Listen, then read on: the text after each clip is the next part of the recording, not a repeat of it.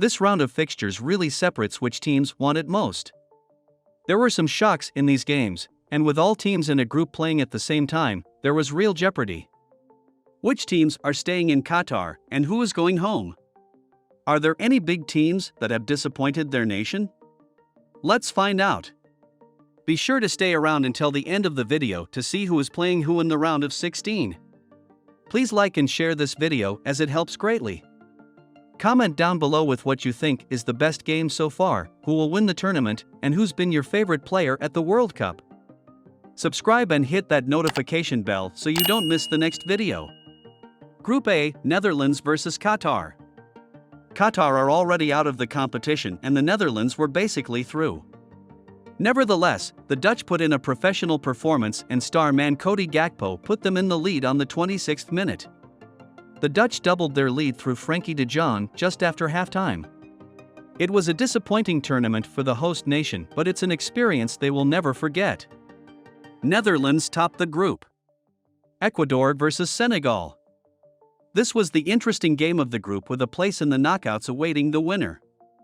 If Ecuador didn't lose, they went through, but Senegal needed to win. It was clear that Senegal were up for the game and got their reward just before halftime through a penalty from Ismaila Sarr. Ecuador, fighting for their lives, got an equalizer in the 67th minute thanks to Moises Caicedo sending the Ecuador fans into a frenzy. However, it was short-lived. From kickoff, Senegal won a free kick and it was launched into the penalty area. The ball fell to Senegal star centre-back Kalidou Koulibaly, who smashed it in on the half volley, which ultimately booked Senegal a spot in the knockouts.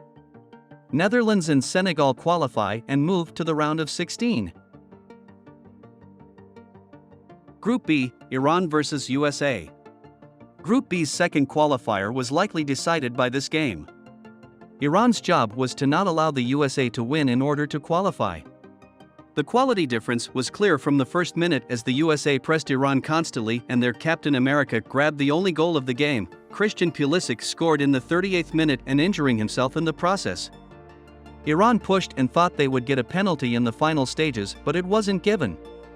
USA qualified. Wales vs England. Wales were facing an uphill battle to get to the next stage and they needed a draw in the other game and a win against England, but they aren't the same team as they were a couple of years ago. It was a quiet first half, but England had the better chances. Early in the second half, England got two quick goals. The first, a powerful free kick from Marcus Rashford, and the second came straight from Kickoff where England pressed Wales, turned over the ball, and a fantastic cross from Harry Kane was met by Phil Foden. England wrapped up an impressive display through Marcus Rashford getting his second of the game. England topped the group. England and USA qualify for the next round. Group C, Poland vs Argentina. This group was so close that each team could qualify for the next round. In this game, Argentina were dominant throughout the game. In the first half, Argentina were gifted a dubious penalty, but Szczesny saved Messi's effort and it was 0-0 at halftime. However, Argentina started the second half extremely strong and were fired in front thanks to Alexis Mac Allister. In the 67th minute, they doubled their lead thanks to Julian Alvarez, and that sent Argentina through as group winners. Alvarez's goal put Poland in a very difficult position as their goal difference was the same as Mexico, which leads us to the next game. Saudi Arabia vs Mexico. Once again, at halftime this game was 0-0 and it was Mexico who broke the deadlock through Henry Martin from a corner. Then, minutes later, possibly the goal of the tournament was scored by Luis Chavez from a free kick a long way out, sending Mexico fans streaming. Because of what was happening in the other game, Poland and Mexico were on the same points and goal difference, but Poland were still going through based on accumulating less yellow cards. Mexico pushed for another goal while Poland did their best to limit Argentina to just 2.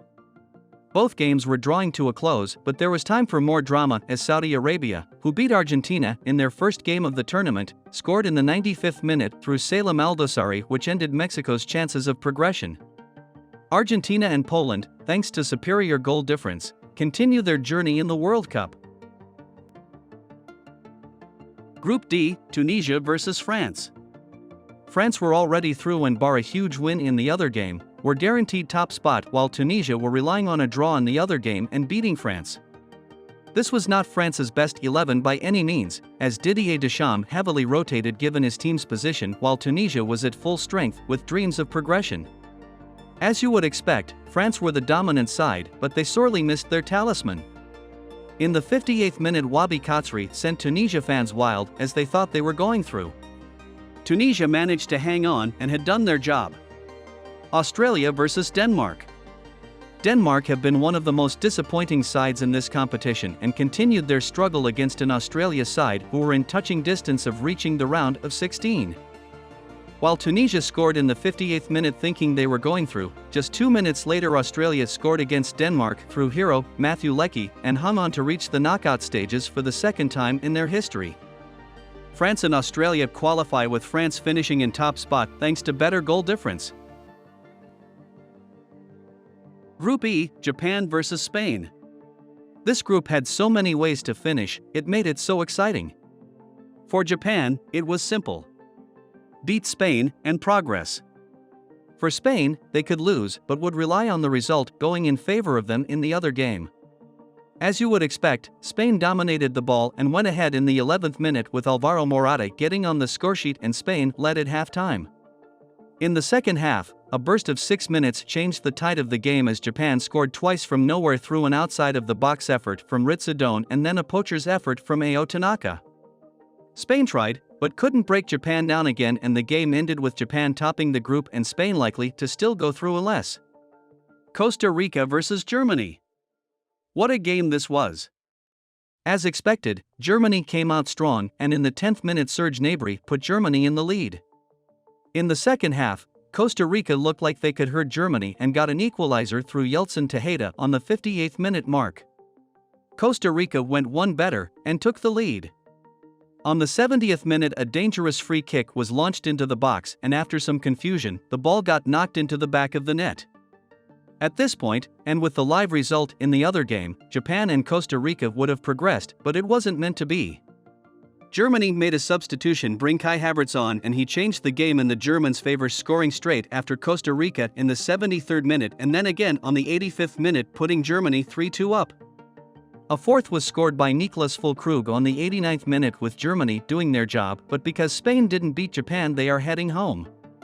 Both Japan and Spain moved to the next round, with Japan topping the group and Spain qualifying through goal difference.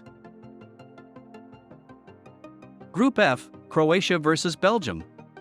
This should have been an entertaining game, but it wasn't really. Croatia needed a draw to progress, and Belgium, after poor performances in their first two games, needed a win, but neither team could break the deadlock. Belgium were probably the most disappointing team in the World Cup, in my opinion, and their manager Roberto Martinez stepped down from his role after Belgium were knocked out. Canada versus Morocco. Morocco were essentially qualified from this group and Canada were already knocked out. However, there was an incentive for Morocco to finish top, as it would likely hand them an easier team in the knockout stages. Within 4 minutes, after a goalkeeping error, Hakim Ziyech scored for Morocco and the fans in the stadium erupted. They doubled their lead in the 23rd minute thanks to Youssef En-Nesyri, and Morocco were in cruise control. Canada pulled one back, but it wasn't enough, and they will be going home thinking what could have been, but should be proud while Morocco go top. Morocco dominated the group and deservedly finished top, with Croatia progressing as well in second place. Group G, Serbia versus Switzerland. What a cracker of a game, really topsy-turvy. Everything on the line for both teams, and if there was a winner, they were going through with Brazil. It was obvious early on that there would be goals in this one, and Xherdan Shaqiri duly obliged on the 20th minute. Serbia weren't going to just accept this fate, and they struck twice to take the lead through star strikers Aleksandar Mitrovic and Dusan Vlahovic. However, the Swiss made the Serbians pay each side at halftime. First with Breel Embolo on the 44th minute making it 2-2 at halftime, and then 3 minutes into the second half Remo Freuler put the Swiss ahead, and that was all of the goals of the game. The Swiss went through. Cameroon versus Brazil. Brazil heavily rotated their first 11 as they had already qualified, but Cameroon knew if the other game ended in a draw there was a chance that they could qualify. Even though Brazil played their second team, it is still a very strong team and they dominated the ball but didn't have many clear-cut chances. At the end of the game, in the 92nd minute, Vincent Aboubakar scored, leaving little time for Brazil to respond. In his celebrations, he took off his jersey, which resulted in a second yellow card, and he was sent off in a comedic ending. Cameroon leave with a historic win over the Brazilians, but as the Swiss won, Cameroon are knocked out. Brazil and Switzerland proceed to the knockouts. Group H, Ghana vs Uruguay. Group H was finely balanced, with Ghana, Uruguay, and South Korea having a chance of progression, with each team essentially needing to win and better each other's goal difference. In this game, it was a quick second-half double from Georgian de Arrasqueta in the 26th and 32nd minute, Uruguay's only goals in this World Cup, that gave Uruguay the win. But had they done enough? South Korea vs Portugal. Like France and Brazil, Portugal rotated heavily as they had already qualified. It looked like it was going to be business as usual in the 5th minute as Ricardo Horta put the Portuguese in the lead. South Korea knew that they had to beat Portugal to have a chance of progression and dug deep in the 27th minute to equalize through Kim Young-won. This South Korean side have stolen many hearts in this tournament with their never-say-die attitude. They simply don't know when they are beaten. Because of the scoreline of 2-0 in the other game, a win seemed to be enough for South Korea. From a Portugal corner in the 91st minute, starman Heung-min Son ran the entire length of the pitch and played an inch-perfect pass to Hwang Hee-chan, who finished emphatically, sending South Korean fans around the world into tears. They had done it, they progressed. Meanwhile, in the other game, Uruguay had just found out that they were going to be knocked out, and they were also in tears, but not for the same reason. Portugal and somehow South Korea qualify for the next round. After 2 weeks of exhilarating football, with 4 matches per day, the group stage is over, and as a result, this is what the round of 16 looks like. There are some really exciting games to look forward to. Personally, I can't wait for the round of 16. I'm loving this World Cup. Thanks for watching the video. Put in the comments which game you are most looking forward to in the next round.